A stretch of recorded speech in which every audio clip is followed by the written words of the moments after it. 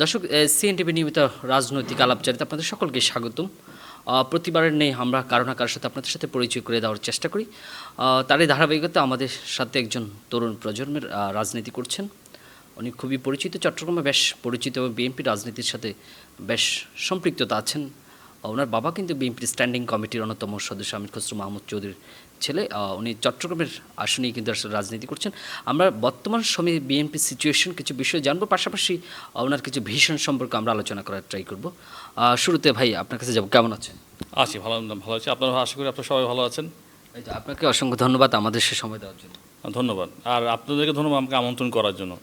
আমার কাছে নিজেরা আসার জন্য ধন্যবাদ। ঠিক আছে, থ্যাংক ইউ। আসলে প্রথমে আপনার কাছে যে প্রশ্নটা আমাদের জানার আছে, জানেন যে এবার নির্বাচনে যারা যাবে, বিশাল একটা ইয়ুথ জেনারেশন কিন্তু আসলে নির্বাচনে অংশগ্রহণ করবে, ভোট দিতে সক্ষম হবে। সেই জায়গা থেকে আপনি যেহেতু একজন ইয়ুথ, আপনি কিভাবে কাজ করছেন এবং তাদেরকে বিএনপিতে কিভাবে সম্পৃক্ততা করছেন? দেখেন, আপনি যদি তরুণদের রাজনীতি সম্পৃক্ত করতে চান, প্রথমে আপনার জ্ঞানভিত্তিক রাজনীতি যেতে হবে। আপনার গতানুগতিক যে রাজনীতিটা করে আপনি তরুণদের সম্পৃক্ত করতে পারবেন না। সো আপনি যদি আমাদের 31 দফাটা দেখেন, ওখানে একটা দফায় কিন্তু আমরা আছে যেটাতে আমরা বলছি যে আমরা একটা যুব নীতিমালার কথা বলছি, যেখানে ইউথকে আমাদেরকে এঙ্গেজ করার জন্য। এবং আমরা বলছি যে এই যুব উন্নয়ন নীতিমালাটা বিএনপি করবে যুবকদের এবং তরুণ সমাজের মতামতের ভিত্তিতে। সো এখানে আমাদের একটা সুনির্দিষ্ট কিন্তু একটা পদক্ষেপ আছে। আর বর্তমানে আপনি যদি 5ই আগস্ট দেখেন, 5ই আগস্টে তরুণদের একটা বড় ভূমিকা আছে কিন্তু। এবং আপনি 5ই আগস্ট পরবর্তী বাংলাদেশের মানুষের মনোজগতে কিন্তু বড় চেঞ্জ আসছে।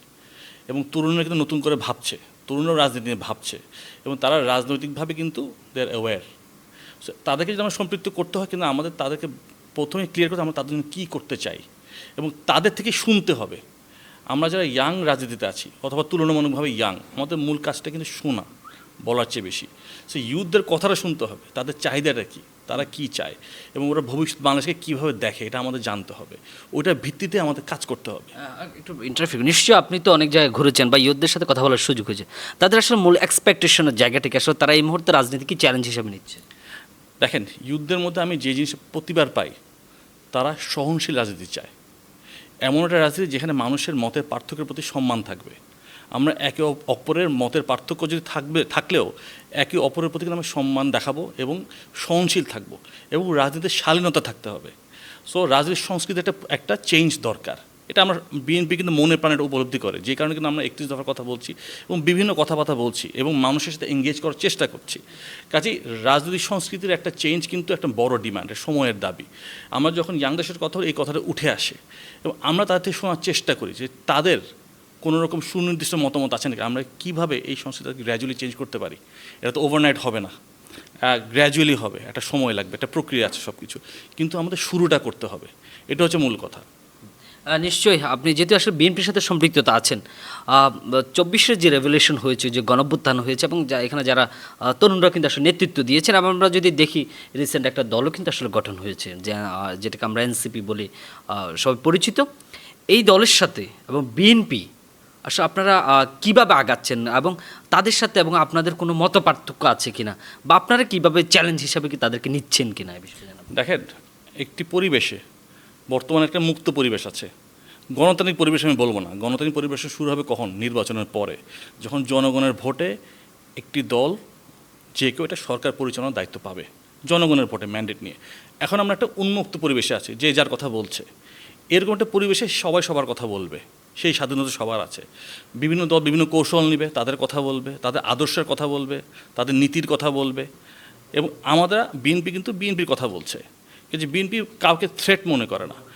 বিএনপির কাজটা করছে। আমরা কিন্তু গত 15 বছর আগে, এই 15 বছর সংগ্রামে যে কথাটা বলে আসছি, এখনও বলে আসছি।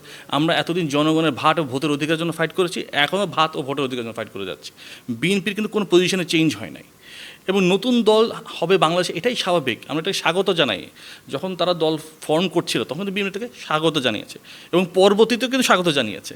কাজে নতুন দল আসবে, এটা তো একটা স্বাধীন দেশের, এটা একটা মোস্ট কী বলবো ক্রিটিক্যাল একটা সাইন যে একটা স্বাধীন দেশ। এখানে নতুন দল আসবে, নতুন মত আসবে, ভিন্ন মতের পার্থক্য থাকবে, কিন্তু মতের পার্থক্য যেন বিভাজনের রূপ না নেয়। মতের পার্থক্য নিয়েই আমরা আগাবো, একে অপরের কথা শুনবো, আবার মতের আদান প্রদানও করবো। এটাই হচ্ছে গিয়ে একটা সুন্দর অথবা যে সমাজটা আগে যাচ্ছে তার একটা সবচেয়ে বড় নমুনা অথবা এক্সাম্পল। কাজে এটা আমরা সেভাবেই দেখি এবং এখানে আমাদের কাউকে এখানে থ্রেট হিসেবে দেখার কোনো কারণ নেই। যে দল বিভিন্ন দল তাদের কথা বলবে এটাই স্বাভাবিক, আমরা আমাদের কথা বলছি এবং আমরা বাকিদের সকলের মতের প্রতি আমাদের কিন্তু সম্মান আছে, সেই সম্মানটা আমরা দেখাচ্ছি। আমরা কিন্তু সহনশীলভাবে রাজনীতি করছি, কিন্তু বিএনপি কিন্তু কোনো রকম কনফ্লিক্টের রাজনীতি বিশ্বাস করে না। আমরা সহনশীলতা দেখাচ্ছি এবং আমরা শালীনভাবে বিভিন্ন জায়গায় কথা বলছি, আমাদের মূল কাজ এটাই। এবং ভবিষ্যতে আমরা বাংলাদেশকে কেমনে গড়বো সেটার কথা বলছি। 31 দফা বলেন, তারপর আমরা একটা $1 ট্রিলিয়ন ইকোনমির একটা প্রজেকশন দিয়েছি, পেপার দিয়েছি, সেটা নিয়ে আমরা আলাপ করছি। আমরা আমাদের প্রপোজাল নিয়ে কথা বলছি, আমাদের পলিসি নিয়ে কথা বলছি, রাষ্ট্র গঠন কেমনে করবো এটা নিয়ে কথা বলছি। আমাদের মূল ফোকাসটা এখানেই। আচ্ছা, আপনাকে আরেকটা প্রশ্ন আমি করি। নিশ্চয়ই আপনি জানেন যে আপনার বাবা যদিও স্ট্যান্ডিং কমিটির মেম্বার, সেক্ষেত্রে উনি একটা কথা বলেছেন, সেটা হচ্ছে বিএনপি যদি ক্ষমতা আসে আপনার 10 মিলিয়ন চাকরি ব্যবস্থা করবে। আসলে এটা কীভাবে চাকরি ব্যবস্থা এবং এখানে কাদেরকে এঙ্গেজ করবে, আসলে এরকম চাকরি করার স্পেস কি আছে কিনা? দেখেন, আমরা যখন একটা প্রপোজাল দিয়েছি আমরা বুঝে শুনে দিয়েছি। আমরা এটাকে আগে এটা নিয়ে লেখাপড়া করেছি, বোঝার চেষ্টা করেছি, আরও কিছু জিনিস আমরা কিন্তু আরও সামনে আনবো। এখন আমরা এটা নিয়ে কাজ করছি। দেখেন, এখানে সমাজের সকল স্তরের মানুষের জব অথবা চাকরির কথা বলা হয়েছে, কর্মসংস্থানের কথা বলা হয়েছে। আপনি যদি গত 15 বছর দেখেন, আপনার যদি উন্নয়নের কথা যেটা আমরা শুনেছি, কোনো উন্নয়ন কী হয়েছে হয় নাই, আমরা এখানে উন্নয়নের গল্প শুনেছি মাত্র, কিন্তু জবলেস গ্রোথ হয়েছে। হ্যাঁ, কর্মসংস্থান সৃষ্টি হয় নাই, কাজে এটা টেকসই না। আপনার একটা রাষ্ট্র যখন গঠন করতে হবে, আপনি যদি উন্নয়ন চান, একটা দেশের উন্নয়ন চান অথবা রাষ্ট্রের উন্নয়ন চান, আপনি 3ভাবে করতে পারেন। একটা হলো টাকা ছাপিয়ে, একটা হলো ঋণ নিয়ে, আর একটা হলো বিনিয়োগের মাধ্যমে। বিনিয়োগেরটা হলো সবচেয়ে বেশি টেকসই, কারণ তখন কি হয়, ফরেন ইনভেস্টমেন্ট আসে, ডোমেস্টিক ইনভেস্টমেন্ট হয়, কর্মসংস্থান সৃষ্টি হয় কি কাজের মাধ্যমে, অন্য কোনোভাবে না। কাজে আমরা বলছি যে আমরা বাংলাদেশে বিনিয়োগ আনবো এবং বিনিয়োগ বান্ধব একটা বাংলাদেশ সৃষ্টি করবো, যেখানে বাইরে থেকে বিনিয়োগ করবে এবং আমাদের দেশের যা ব্যবসায়ী আছে তারাও যেন সুন্দরভাবে ব্যবসা করতে পারে এবং যেখানে এখানে যেন তারপর এখানে কর্মসংস্থান সৃষ্টি হবে বিভিন্ন ক্ষেত্রে। আমাদের কিন্তু আমরা প্রায় বলি গার্মেন্টসের কথা বলি, রেমিটেন্সের কথা বলি, একটা সেক্টরের কথা আমরা বলি না, আসলে কি কৃষি খাত। বাংলাদেশের সবচেয়ে বড় খাত কিন্তু কৃষি খাত। শতকরা 40% মানুষ, এরও বেশি অ্যাকচুয়ালি কৃষি খাতে কাজ করে। তাদেরকে আমাদের ফর্মাল সেক্টর আনতে হবে। আমরা কিন্তু সংখ্যায় বলতে পারি না, আমরা অনুমান করি। কাজেই তারপর যারা বাইরে যাচ্ছে তারাও কিন্তু আমাদের দেশে কন্ট্রিবিউট করে, তাদেরকে আমাদের ফর্মাল সেক্টর আনতে হবে এবং নতুন নতুন সেক্টর উন্মোচন করতে হবে। যেমন আইটি সেক্টর একটা বিশাল আমাদের একটা অপরচুনিটি আছে, পোটেনশিয়াল আছে। তাও বিভিন্ন সেক্টর, কৃষি খাতকে আরও মডার্নাইজ করার একটা পোটেনশিয়াল আছে। নতুন নতুন সেক্টর আমাদের উন্মোচন করতে হবে। ওইটার ভিত্তিতে আমরা বলছি যে আমরা 18 মাসে 1 কোটি কর্মসংস্থানের কথা বলছি। এটার ভিত্তিতে এটা আমাদের একটা অফকোর্স এটা অ্যাসপিরেশনাল। আমার তো যখন আমি একটা জিনিস স্বপ্ন দেখবো, আমি তার একটা বড় স্বপ্নই দেখবো এবং ওটার ভিত্তি ধরে আমি কাজ করব। কাজে আমরা এটা নিয়েই কাজ করছি এবং এটা নিয়ে এখন আমরা কিন্তু বিভিন্ন ধরনের জায়গায় কথা বলছি, কনসালটেশন করছি, আমরা কিন্তু ইনফরমেশন গ্যাদার করছি এবং আমাদের মূল টার্গেট হলো, যেহেতু আমরা বলেছি, এটা করে দেখানো। ডেফিনেটলি আপনি যদি একটা বিষয় নিশ্চয়ই জানেন যে BNP acting chairman Tarique Rahman সাহেব বলেছেন যে বিএনপিকে মিডিয়া ট্রায়ালের মুখোমুখি করা হচ্ছে। আমরা যদি একটা বিষয়ে যদি দেখি, যে রিসেন্ট যুবদলের যে মিটফুটের যে ঘটনা, সেটা কিন্তু বেশ আলোচনা হয়েছে। এর পাশাপাশি আরও কিছু অনেক বিষয় কিন্তু আসলে আলোচনার শীর্ষে আছেন। আবার বিএনপি নিয়ে আপনারা বলছেন যে আসলে অপপ্রচার করা হচ্ছে। এখন আপনাদের বিএনপির যে আসলে আইসিটি যে আপনার যে কাউন্টারদের যে ব্যাপারটা, সেটা আপনার বিএনপি থেকে আসলে কতটুকু করতে পেরেছেন, সে বিষয়টা একটু জানান। দেখেন, বিএনপি সব কিছুর জবাব দেবে কাজের মাধ্যমে, ঠিক আছে। আমাদের মূল কাজ হচ্ছে, আমি আপনাকে একটু আগেই বললাম, হচ্ছে কি আমাদের পলিসিগুলো নিয়ে কাজ করা। আমরা রাষ্ট্রটাকে বিনির্মাণ কেমনে করব এবং রাষ্ট্রটাকে মেরামত কেমনে করব, এটা মানুষের কাছে তুলে ধরা, ঠিক আছে। সস্তার রাজনৈতিক বক্তব্য দিয়ে কিন্তু আমাদের কোনো লাভ নাই। বিএনপি সেটা করছে না। বিএনপি বলছে আমি রাষ্ট্র গঠন এভাবে করব। বাকি দলগুলো বলুক তাদের রাষ্ট্র গঠনের পলিসি কী, জামাত বলুক তাদের রাষ্ট্র গঠনের পলিসি কী, তার ইকোনমিক পলিসি কী, তার ফরেন পলিসি কী, এনসিপি বলুক তাদের ইকোনমিক পলিসি কী, তার ফরেন পলিসি কী, তারা বলতে পারবে না, কারণ তারা এগুলো কোনো কাজই করে নাই। বিএনপি কাজ করে যাচ্ছে। বিএনপি 31 দফার ঘোষণা দিয়েছে, কবে উন্মোচন করেছে, 2023 সালের জুলাই মাসে। 2 বছর আগে আমরা রাষ্ট্র সংস্কারের কথা বলছি, যখন এখন মানুষ সংস্কারের কথা বলছে। কাজে প্রথম সংস্কার প্রস্তাব দিয়েছে বাংলাদেশ জাতীয়তাবাদী দল এবং এই সংস্কারের বেশিরভাগই কিন্তু দেখবেন এখন যে আমাদের যে ঐক্যমত কমিশনের কাজ হচ্ছে, বেশিরভাগ প্রপোজাল আমাদেরই প্রপোজাল এখানে। কাজে আমরা এইসব নিয়ে ভাবছি, রাষ্ট্র মেরাবন্দি ভাবছি অনেক দিন আগে থেকেই। এখন আমরা আরও ওপেনলি কাজ করছি, কারণ আমরা যখন 2023 সালে 31 দফা উন্মোচন করি, তখন তো আমরা মানুষের কাছে যেতে পারি নাই সরকারের নিপীড়নের কারণে, নির্যাতন নিপীড়নের কারণে অনেক জায়গায় যেতে পারি নাই। আমরা এটা নিয়ে যাচ্ছি, ঠিক আছে। কাজে আমাদের মূল কাজ হলো মানুষকে তুলে ধরা যে বিএনপি রাষ্ট্র ক্ষমতায় আসলে মানুষের বেসিক মানে বেনিফিটটা এটা কেমনে implement হবে। করবে। জি, আমরা এই কাজগুলো করতে চাচ্ছি। ঠিক আছে, এখন বিভিন্ন দল বিভিন্ন ধরনের কৌশল নিতে পারে। আমাদের সেটা আমরা বলছি যে একটু আগে যেটা বললাম, এই ধরনের কৌশল নেওয়ার সকল স্বাধীনতা সব দলেরই আছে। ঠিক আছে, কিন্তু আমাদের মূল ফোকাস হলো এইখানে। আমরা কথা বলছি রাষ্ট্র গঠন নিয়ে। আপনি যদি আমাদের ভারপ্রাপ্ত চেয়ারম্যান প্রত্যেকটা বক্তব্য শুনেন, উনি প্রত্যেকবার নতুন নতুন কিছু কথা বলেন বিভিন্ন সেক্টর নিয়ে, এবং রাষ্ট্র গঠন কেমনে করতে হবে, এবং উনি নেতাকর্মীদের প্রতি কিন্তু কিছু উপদেশ দেন এবং কিছু কথা উনি বলেন, যেটা আমাদের কিন্তু শুনতে হবে, বুঝতে হবে।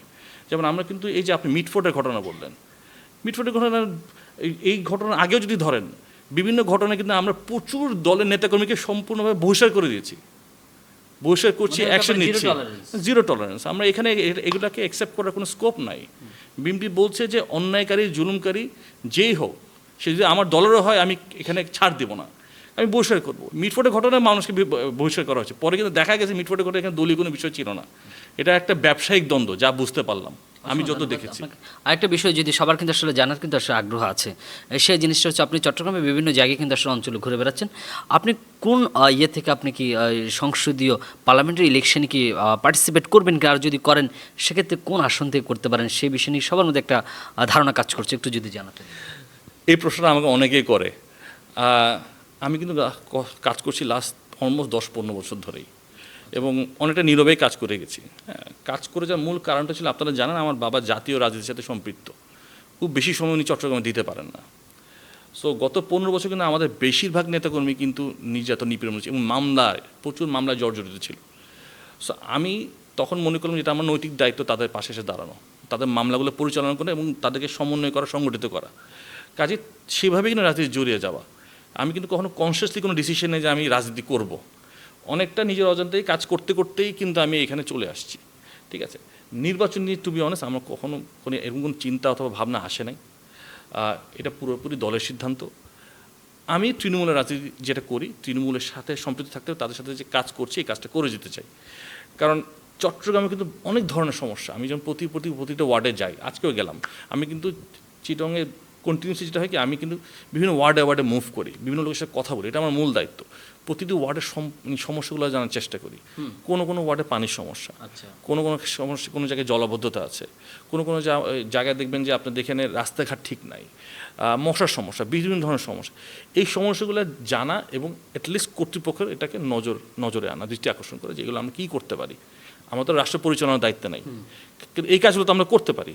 এবং একটা রাজনীতিবিদ, আমার মনে হয় এইগুলোই মূল কাজ, যে জনগণের সমস্যাগুলো বোঝা, তুলে ধরা এবং নিজের তৃণমূলকে সম্পৃক্ত করে এই সমস্যাগুলোর সমাধান করা। এটাই মূল কাজ। ভবিষ্যতে কী হবে এটা বলা খুব কঠিন, বাট আমার মূল কাজ হলো আমি ফোকাসটা করি কাজে। এবং আপনারা খুব লক্ষ্য করুন, আমি কিন্তু খুব বেশি প্রচারে বিশ্বাস করি না। আমি খুব বেশি মিডিয়া সামনে খুব একটা বেশি আসি না, কারণ আমার মূল কাজটাই হলো কি এইখানে তৃণমূলে এবং মানুষের সাথে সম্পৃক্ত থাকা, এটাই মূল কাজ। আচ্ছা আচ্ছা। সর্বোপরি আমরা একটা প্রশ্ন দিয়ে আসলে শেষ করতে যাবো, আমাদের প্রোগ্রাম শেষ পর্যায়ে চলে আসছে। সেই প্রশ্নটা হচ্ছে, অন্তর্বর্তীকালীন সরকার কিন্তু আসলে 1 বছরের কিন্তু বেশি সময় হয়ে গেছে, যে অন্তর্বর্তীকালীন সরকার সবচেয়ে বড় চ্যালেঞ্জ কিন্তু আসলে সংস্কার ছিল, বিচারের বিষয় ছিল, ঐক্যমত, অনেক কিছু আসলে করতেছে। যে অন্তর্বর্তীকালীন সরকার কতটুকু সফল হয়েছে বলে আপনারা মনে করছেন? দেখেন, একটা বিষয় আমাদের কিন্তু লক্ষ্য রাখতে হবে, ওরা অন্তর্বর্তীকালীন সরকার যখন দায়িত্ব নেয়, তখন তো তাদের একটা বিশাল বড় একটা কাজ, কিন্তু বিশাল, তখন একটা তখন যে বাংলাদেশের দেশের অবস্থা ছিল, তখন তাদের একটা দায়িত্বটা ছিল, কিন্তু এটা কোনো ইজি কিছু ছিল না, অবশ্যই কঠিন ছিল। ঠিক আছে, তারা কোনো ক্ষেত্রে সফল হবে, তো কোনো ক্ষেত্রে সফল হবে না। ঠিক আছে, খুব সাদামাটাভাবে বলে ডিফিকাল্ট, বাট কিছু ব্যাপারে আমি যেটা মনে করি তারা এখনও, আমি বলবো ভিজিবলি রেজাল্ট নাই, যেটা হচ্ছে বিচার যে এখন যে ফ্যাসিস্ট যে দোসররা এবং ফ্যাসিস্ট হাসিনার যারা এই অপকর্মের সাথে জড়িত, তাদের কিন্তু এখন দৃশ্যমান কোনো বিচার হয় নাই। বিচার প্রক্রিয়াটা আমার মনে হয় অনেকটা ধীর গতির। কাজে এটা কিন্তু বাংলাদেশের মানুষ ভালোভাবে দেখে না। এক, আইন শৃঙ্খলা অবস্থা বাংলাদেশে কিন্তু অত ভালো নেই। কাজে এখানে কিন্তু সরকারের একটা বিশাল বড় ব্যর্থতা আছে, ল্যাকিং আছে। ঠিক আছে, কোনো ক্ষেত্রে তারা চেষ্টা করেছে ভালো কিছু করার, আমি তাদেরকে চেষ্টার জন্য কিছুটা হলে পয়েন্ট দিতে রাজি আছি, কিন্তু কিছু বড় বড় কাজে তারা কিন্তু এখনও দৃশ্যমান কিছু করতে পারে নাই। কাজে আমি মনে করি তাদের এখানে অ্যাটেনশন দেওয়ার একটা বিষয় আছে, এবং আমার ব্যক্তিগত মতে তারা বেশি মানে নিজেদেরকে ওভার এক্সপোজ করে ফেলছেন অতিরিক্ত কিছু দায়িত্ব ঘাড়ে নিয়ে। ঠিক আছে, তাদের মূল যে কিছু টার্গেট থাকা ছিল যে আমরা 1 2 3 এই কয়টা কাজ করে একটি সুন্দর নির্বাচনের মাধ্যমে ক্ষমতা হস্তান্তর করব, স্মুথ ট্রানজিশন হবে, এত দূরই তাদের টার্গেটটা হওয়া উচিত ছিল। কিন্তু আমরা দেখেছি যে এই তারা যখন দায়িত্বে আসলেন এরপরে কিন্তু তারা অনেক বেশি বিষয়ে ইনভলভ হয়ে গেছে, যে কারণে ওরা বিভিন্ন জায়গায় ফোকাসটা রাখতে পারে নাই। তা আমি আশা করি তারা আরও ফোকাসড হবেন এবং ফোকাসড হয়ে কাজগুলো করবেন। অসংখ্য ধন্যবাদ। সর্বোপরি আপনাদের যদি নেতাকর্মী যারা আপনার সাথে কাজ করছেন বা বিএনপির সাথে যারা সম্পৃক্ত যাচ্ছেন তাদের প্রতি কোনো মেসেজ বা বার্তা আছে কিনা একটু জানাবেন। আমি আমাদের নেতাকর্মীকে সবসময় বলি, জনগণের সাথে থাকেন, জনগণের পাশে থাকেন, এবং আমরা একটা রাজনৈতিক দল হিসেবে আমাদের মূল কাজে এটা, এবং আমাদের নেতাকর্মী যেন কোনো জুলুমের কাজে তারা যেন নিয়োজিত না হয়, তারা যেন মানুষের পক্ষে দাঁড়ায় এবং ন্যায়ের পক্ষে দাঁড়ায়। এতটুকু বলবো। এই কথাটা আমি মনে করি সবচেয়ে মূল একটা কথা, কারণ জনগণের ভরসা অর্জন করা হচ্ছে একটা রাজনৈতিক দলের মূল দায়িত্ব। সেটা যদি আমরা করতে পারি ইনশাল্লাহ আমরা অনেক দূর যেতে পারবো, এবং জনগণ যদি আমাদের পাশে না থাকে তাহলে কিন্তু আমাদের রাজনীতি করে কোনো লাভ না, করে কোনো লাভ হবে না। এটা হলো মূল কথা। অসংখ্য ধন্যবাদ। দর্শক আপনাদেরকে অসংখ্য ধন্যবাদ। নিশ্চয়ই এতক্ষণ আপনি যে তরুণ যে প্রজন্ম আবার তরুণদের সাথে যে রাজনৈতিক সাথে সম্পৃক্ততা ইসরাফিল খসরু সাহেব আসলে অনেক কিছু আসলে বিষয়ে এবং সমসাময়িক বিষয়ে আপনাদের সাথে তুলে ধরার চেষ্টা করেছেন। আপনি নিশ্চয়ই দেখেছেন। আপনাদের যদি কোনো মতামত থাকে সে বিষয়ে আমাদেরকে জানাবেন, আমরা হয়তো আবারও কোনো পর্বে আপনাদেরকে সে উত্তর দেওয়ার চেষ্টা করব। সবাই সিএনটিভি সিরিজের সাথেই থাকবেন। ধন্যবাদ।